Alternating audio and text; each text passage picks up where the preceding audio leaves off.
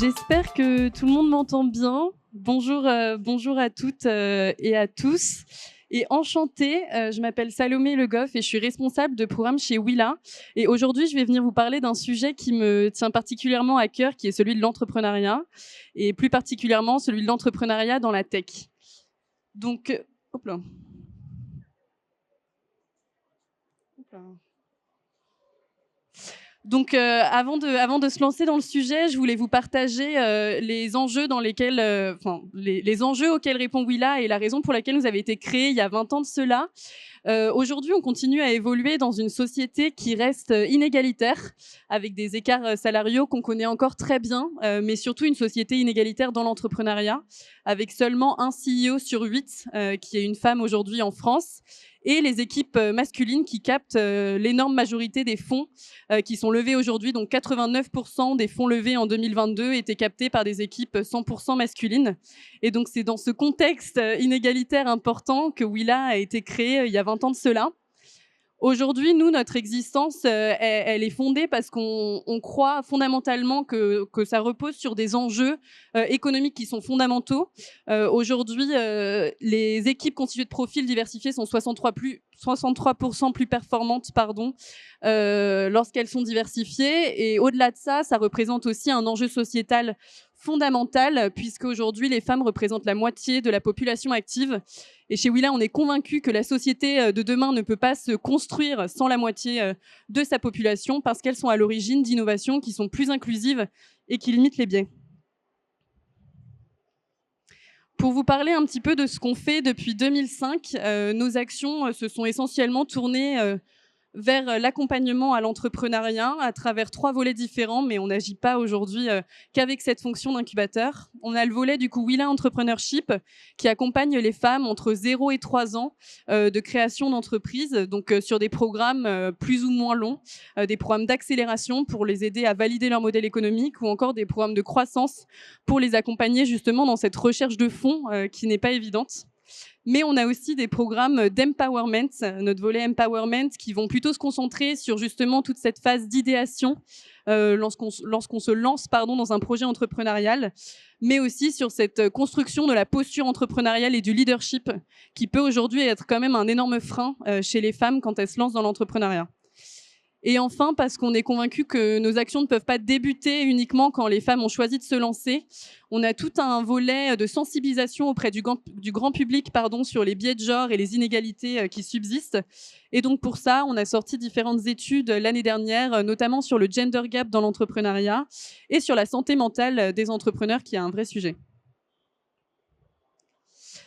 Donc pour en revenir sur l'objet de cette petite keynote, je voulais vous parler d'entrepreneuriat et de l'entrepreneuriat dans la tech, et commencer par définir justement le mot start-up dont on entend beaucoup parler, qui est une jeune entreprise innovante qui développe une solution technologique pour créer de nouveaux usages, services ou produits avec une ambition de forte croissance. Et on en retrouve des start-up dans tous les secteurs, que ce soit le numérique, la deep tech, la santé, la transition écologique. On en avait justement sur une table ronde à l'instant. Et parmi des startups qu'on connaît toutes et tous, on peut notamment reconnaître Doctolib, Alan ou encore Penny Lane. Le point commun de ces 3 startups, c'est que ce sont des licornes, encore un terme dont on entend énormément parler ces dernières années. Et donc des licornes sont des startups non cotées en bourse dont la valorisation, basée sur un potentiel de croissance important, dépasse le $1 milliard. Mais aujourd'hui, je ne viens pas juste vous parler de licorne, parce que la bonne nouvelle, c'est que si vous souhaitez entreprendre dans la tech, vous n'avez pas besoin de fonder la prochaine licorne. Et c'est là qu'on rentre en jeu avec Willa et avec toutes les autres structures d'accompagnement qui peuvent vous accompagner sur le beau chemin qui est l'entrepreneuriat. Je voulais vous donner un autre exemple, un exemple d'une start-up qui n'est pas une licorne, mais qui mérite tout autant qu'on parle d'elle, qui est l'exemple d'Evidence B, qui a été fondée par Catherine de Vulpilière, donc une alumni Willa. Et Evidence B a développé des modèles d'apprentissage adaptatif basés sur les sciences cognitives, renforcés par l'intelligence artificielle.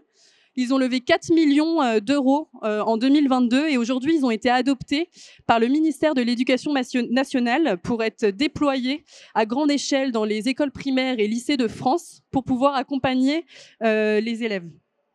Donc, ça a été fondé par Catherine de Vulpilière qui, en tant que professeure des écoles, faisait le constat de l'énorme décrochage scolaire et des inégalités aujourd'hui qui subsistaient à l'école. Et elle a décidé justement de se baser et d'y répondre par une solution technologique. Quand on regarde un petit peu et qu'on essaye d'analyser quels sont les facteurs clés de succès d'une EdTech comme Evidence B, on peut penser notamment à la réponse à un problème par la technologie. Donc, ils ont vraiment misé sur l'intelligence artificielle pour s'adapter, sur l'algorithme pour déceler les blocages et sur l'expérience utilisateur pour faciliter la prise en main auprès d'un public cible qui était quand même très jeune. On peut aussi penser à la collaboration avec des acteurs clés, parce que comme je le disais, ils se sont quand même focalisés sur une approche sur une base de sciences cognitives et après, ils l'ont soutenu grâce à l'intelligence artificielle. Ils ont opté pour une intégration facile dans des systèmes existants et ils se sont concentrés bien sûr sur la personnalisation. C'est l'avantage de l'intelligence artificielle, c'est qu'ils ont pu faire beaucoup de sur-mesure. Enfin, ils ont eu accès à des financements stratégiques et on en reparlera tout à l'heure. Et ils ont directement eu également cette vision d'expansion internationale dès le début du lancement de leur start-up. Donc aujourd'hui, entreprendre dans la tech, c'est de plus en plus accessible pour un certain nombre de raisons. On fait face à une démocratisation des outils numériques. Les outils de développement sont de plus en plus accessibles. Il y a énormément d'outils de prototypage avec une prise en main très simple. Donc, on n'est pas obligé d'être issu d'une formation technique pour commencer à prendre en main ces outils et au moins adopter des bases pour dialoguer peut-être après avec des profils plus techniques. Il y a des coûts d'entrée qui sont quand même en baisse au niveau de la location des infrastructures et d'une manière générale, les coûts d'entrée sont quand même largement inférieurs aux coûts d'entrée de d'autres marchés plus généralistes. Il y a aussi une vraie accessibilité au financement, surtout ces dernières années, avec des subventions dédiées. C'est un secteur attractif pour les investisseurs, donc c'est très intéressant de se lancer sur ce filon-là. Et enfin, même si vous choisissez d'entreprendre dans la tech et que vous n'avez pas forcément de formation scientifique, il y a une communauté et des ressources abondantes pour se former, pour s'entourer, des plateformes d'entraide avec des développeurs qui vous permettent vraiment de monter en compétences assez rapidement sur ces sujets. Et bien sûr, comme l'argent, c'est le nerf de la guerre, on parlait qu'il y a une accessibilité au financement tout à l'heure, mais il y a eu justement une flexibilité quand même du modèle économique qui est extrêmement large et qu'on retrouve pas forcément dans d'autres secteurs. Donc maintenant qu'on a couvert pourquoi c'est important de se lancer dans l'entrepreneuriat, pourquoi est-ce que c'est plus accessible aussi de se lancer dans la tech, je vais vous parler des dispositifs pour se lancer, notamment avec un focus sur les structures accompagnatrices et les concours et prix vers lesquels vous pouvez vous tourner quand vous souhaitez vous lancer dans l'entrepreneuriat. Donc, je vous le disais tout à l'heure, je travaille pour Willa. Donc, Willa, on est un incubateur spécialisé dans l'accompagnement de start-up fondées ou cofondées par des femmes depuis 20 ans. Et je dis ça en toute objectivité, il est très important de s'entourer d'acteurs qualifiés pour vous accompagner. Les startups qui s'entourent ont 2 fois plus de chances d'être pérennes dans le temps.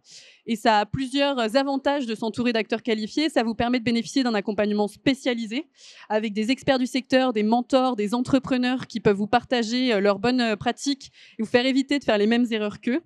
Ça vous permet de bénéficier d'un réseau et d'une visibilité accrue, un réseau de partenaires, d'investisseurs, de potentiels clients. Et vous pouvez aussi bénéficier de ressources et d'infrastructures, d'espaces de travail, d'outils technologiques, parfois même des financements initiaux, du contenu, de la formation, pour continuer à apprendre, à évoluer dans le secteur.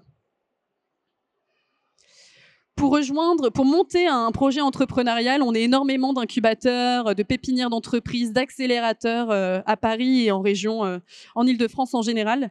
Mais si vous n'avez pas d'idée et que vous avez quand même envie de vous lancer dans l'entrepreneuriat, de rejoindre un projet tech, c'est aussi possible. Vous avez les startup studios qui montent des structures en interne en s'appuyant sur des idées validées, des méthodologies prouvées. Vous pouvez aussi rejoindre des communautés d'entrepreneurs pour essayer de rencontrer un cofondateur, une cofondatrice, quelqu'un qui porte déjà une idée et dont la vision vous parle et que vous avez envie de rejoindre plutôt que de venir avec votre propre idée. Et il existe également des plateformes de matchmaking, des événements pour rencontrer, encore une fois, des projets, des startups qui cherchent à s'associer. Je pense notamment à l'événement Find Your Co-Founder de Matrice, qui est organisé chaque année. Donc, si vous avez, par exemple, un profil justement très technique, mais pas forcément cette vision business, et que vous avez envie de mettre ces compétences-là au service d'un projet entrepreneurial, n'hésitez pas à vous renseigner. Je vais vous parler aussi des prix et concours parce que je pense que c'est assez intéressant d'y prêter attention dès le début de son aventure entrepreneuriale. Pour différentes raisons, c'est un moyen de se faire connaître. Pardon. pardon, c'est un moyen de se faire connaître auprès d'un large réseau d'investisseurs, de partenaires potentiels et de clients. C'est aussi une opportunité de financement. Certains concours, comme la bourse Shine notamment, donnent accès à des financements dès le début de lancement d'une entreprise. Et ça vous permet de renforcer votre crédibilité sur le marché, parce que ce sont des lieux propices aux rencontres, encore une fois, avec des investisseurs, des partenaires, des potentiels clients, même des concurrents, ce qui vous permet aussi d'apprendre à propos de ce qui existe déjà sur le marché. Et nous, chez Willa, en tout cas, moi, ça fait 2 ans que j'accompagne des startups dans la tech, et un gros biais, c'est de se dire qu'on n'est pas forcément assez avancé. Mais en fait, il y a énormément de concours aujourd'hui qui récompensent même les phases d'idéation sur des critères de start-up qu'ils estiment prometteuses. Donc voilà, il ne faut pas hésiter, ça vous permet de vous entraîner à pitcher vos projets, à de rencontrer les premiers freins potentiellement, à vous préparer à répondre aux questions. Donc c'est très intéressant. Ici, quelques concours et prix à ne pas manquer, mais c'est une liste bien entendu non exhaustive, et il y a un site du gouvernement qui s'appelle les-aides.fr sur lequel vous pouvez aller vous renseigner sur tous les concours qui existent. Mais je pense notamment au concours iLab opéré par BPI France, qui vous permet de financer du coup le développement technologique de votre startup si elle est innovante. Vous avez aussi le Vivatech Startup Challenge qui permet d'obtenir du mentorat, du financement et de l'accompagnement. Et le French Tech Tremplin qui vous permet d'obtenir un accompagnement justement dans un des incubateurs labellisés French Tech. C'est le cas de Willa. Peut-être pour clôturer cette keynote, le mot de la fin pour se lancer dans l'entrepreneuriat, et si vous souhaitez entreprendre dans la tech, c'est bien sûr de bien vous entourer, de vous faire accompagner pour développer votre startup. Comme je l'ai dit, ça va vous permettre de prendre du recul et voilà, de vous entourer des bons acteurs, de rencontrer des personnes et surtout de vous éloigner aussi de la solitude de l'entrepreneuriat. C'est qui, Margot ? C'est extrêmement important d'itérer, de tester votre produit ou votre service pour dérisquer au maximum. Surtout quand on lance un produit tech, on a tendance à s'isoler, à construire, à développer son application, sa plateforme seul, et à ne pas forcément se confronter aux attentes de son marché. Donc ça, c'est quelque chose qu'on essaie à tout prix d'éviter, en tout cas quand vous êtes incubé au sein d'un incubateur. Et enfin, de croire en votre intuition et de vous faire confiance, croire en votre projet et en vos capacités de le mener à terme. On a sorti une étude l'année dernière chez Willa qui montre que les femmes attendent généralement 10 ans avant de se lancer dans l'entrepreneuriat, ce qui n'est forcément pas le cas des hommes. Donc faites-vous confiance, et si vous ne vous faites pas assez confiance, faites-nous confiance pour vous accompagner justement sur ce chemin-là. Avec Jeanne, on est au Village Startup, on a un petit stand juste à gauche, donc n'hésitez pas à nous rejoindre pour poser toutes vos questions. Merci.